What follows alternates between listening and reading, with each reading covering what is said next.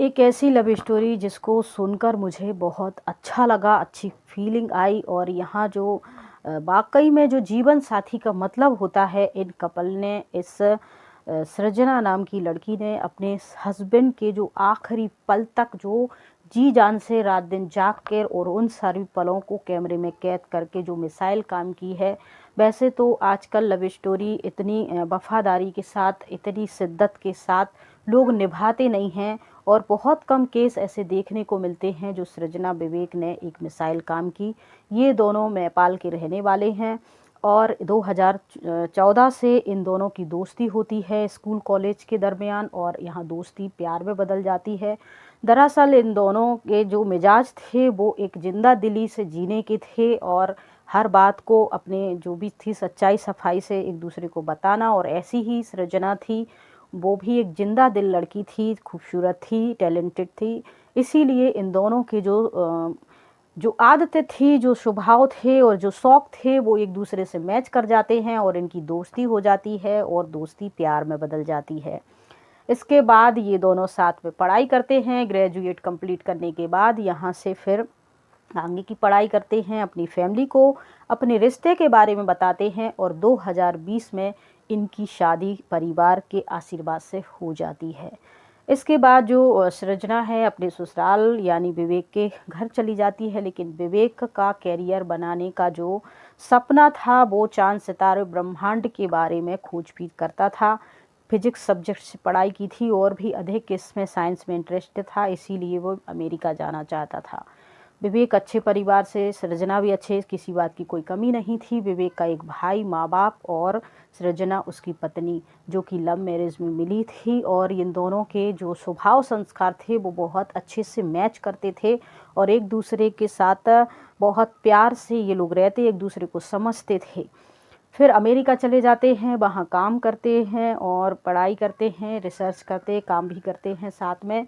और 2023 में जो विवेक होते हैं नेपाल में, उनकी माँ की डेथ हो जाती है। तो ये खबर जब विवेक को मिलती है तब विवेक सृजना नेपाल आते हैं। नेपाल में अपनी माँ के कार्यक्रम में शामिल होते हैं। वहीं इनको अचानक सिर में दर्द होने लगता है। चेकअप करवाया जाता है तो पता चलता है कि विवेक को ब्रेन ट्यूमर 4 हो गया है, यानी इनकी कंडीशन जो है बहुत क्रिटिकल टाइप की हो गई है। तो यहाँ चेकअप होते हैं और फिर इलाज के लिए वापस अमेरिका चले जाते हैं।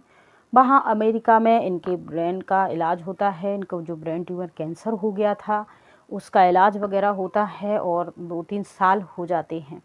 इसी बीच ये दोनों की मुलाकात, प्रेम, मिलना जुलना, हंसी ठिठोली और अपने हर एक खुशी के पल अपने जो भी थे सोशल मीडिया पे ये लोग इंस्टाग्राम पे, फेसबुक पे शेयर करते थे। तो इनके जो दोस्त फॉलोअर थे वो इनको सिर्फ उसी पलों के रूप में जानते थे कि इन दोनों की ज़िंदगी में बहुत प्यार है, लेकिन इन्होंने अपने अंदर जो क्या चल रहा है, क्या दुख तकलीफ़ है, क्या परेशानी है, क्या बीमारी, इसके बारे में कोई जिक्र नहीं किया था। इसके बाद फिर 2024 लग जाता है, बीमारी से लड़ते लड़ते इलाज भी चल रहा था और फिर डॉक्टर कह देते हैं कि अब विवेक को हम बचा नहीं पाएंगे, इनके पास सिर्फ 6 ही महीने बाकी हैं।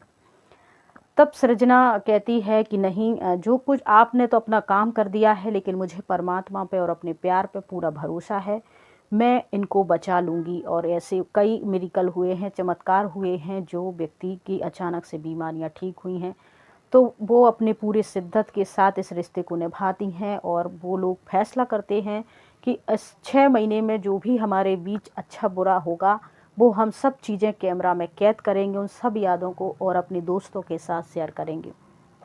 इसके बाद से ही सोशल मीडिया पर एक अलग ही इनका जो साथ था, भावुक कर देने पल चलने लगे थे। लोगों को पता चल गया था कि विवेक को ब्रेन ट्यूमर 4 हो गया है और इस वजह से उनके पास महज 6 ही महीने बाकी हैं। तरह तरह की विशेष उनको कमेंट में मिलने लगी थी, उनको सहयोग मिलने लगे था और जो सृजना है वो हर एक चीज़, विवेक का सोना जागना, खाना पीना, मुस्कुराना, रोना, हर चीज़ को इलाज कैमरे में कैद कर रही थी। उसके साथ पूरी शिद्दत खुशी से ऐसे साथ दे रही थी जैसे कुछ भी नहीं हुआ है। वो अपने आप को भी संभाले हुए थी और विवेक को भी संभाल रही थी। कैंसर में विवेक के बाल चले गए थे तो उसका साथ देने के लिए सृजना खूबसूरत लंबे बालों वाली लड़की है और उन्होंने अपने बाल खुद से ही काट दिए थे और ये भी पल कैद हो गए थे कैमरा में।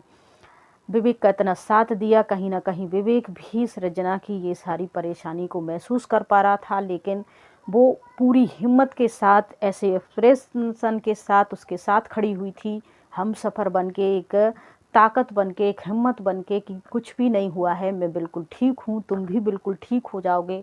हमेशा वह सृजना उसको एहसास दिलाती थी कि तुम बिल्कुल ठीक हो जाओगे।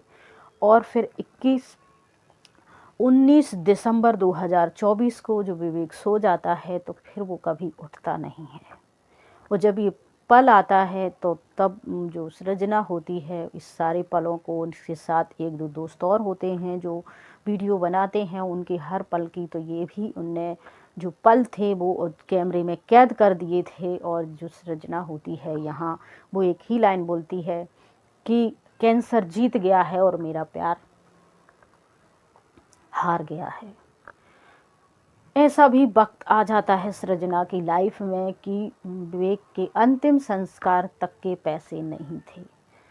भारत नेपाल के अलावा जो अमेरिका है वो हर प्रकार से महंगा है रहने का, खाने पीने का, और वहाँ की जो जन्म लेना और मृत्यु के बाद वहाँ जो भी काम होते हैं अंतिम संस्कार के, चाहे आप इलेक्ट्रल करो या आप दफनाओ या फिर आप शमशान घाट में जाओ या चर्च में, जो भी फॉर्मेलिटी होती है वो सब प्रक्रियाएं काफ़ी महंगी थी। और सृजना जो इतना विवेक का साथ दे रही थी, अब उसके पास वो पूरी तरीके से खाली हो चुकी थी, उसके पास अंतिम संस्कार तक के पैसे नहीं बचे थे। तब एक मुहिम चलती है गो फॉर फंड सृजना के लिए, और ये मुहिम चलती है और सब लोग जो हैं फंड देना शुरू करते हैं और 24 घंटे में इनके पास $80,000 इकट्ठे हो जाते हैं। इससे उनका पूरा हो जाता है अंतिम संस्कार जो भी लास्ट के होते हैं। तो इस तरीके से इनकी कहानी 2014 से शुरू होती है और 2024 में ख़त्म हो जाती है। लेकिन ये कहने को तो थोड़ा सा पल जिए, लेकिन इन्होंने अपनी जो जीवन साथी का सही मतलब जो बताया है, जो महिलाओं को एक संदेश दिया है कि अगर आपने कोई जीवन साथी खुद से चुना है या आपके परिवार वालों ने चुन के दिया है, तो जीवन साथी का यही एक वास्तविक अर्थ होता है कि आप अपने साथी के साथ जीवन के अंत समय तक साथ दें, चाहे वो किसी भी प्रकार का कैरियर बनाने से लेकर खाने पीने का, बीमारी का, गरीबी का, अमीरी का, हर तरीके से आप उसका साथ दें, ढाल बन के, हिम्मत बन के उसके साथ खड़ी रहें। तो एक ताकत मिलती है जब अपने साथ होते हैं तो हर मुश्किल वक्त भी अच्छे से गुजर जाता है, और जब अपने साथ नहीं होते तो भरा पूरे सफल जीवन भी हमें काटने को दौड़ता है।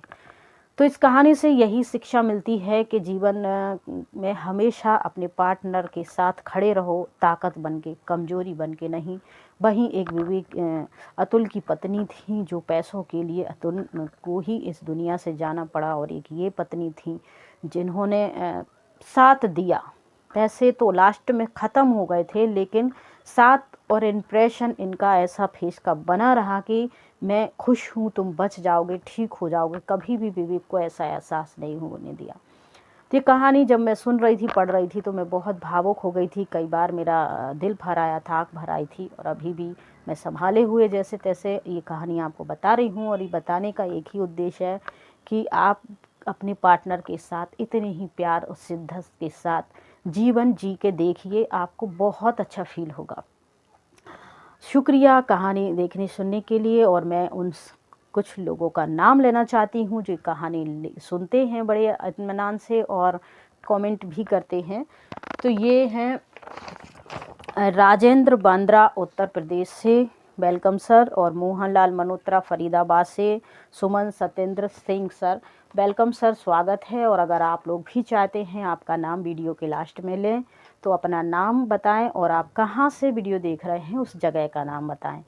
तो आपका नाम और जगह का नाम कमेंट में लिख दें, अगली वीडियो में हम आपका नाम लेंगे। इससे हमको भी मालूम चलेगा कि हमारे जो दोस्त जुड़े हुए हैं वो कहां कहां से हमसे जुड़े हुए हैं। अच्छा, शुक्रिया। जय हिंद, जय भारत।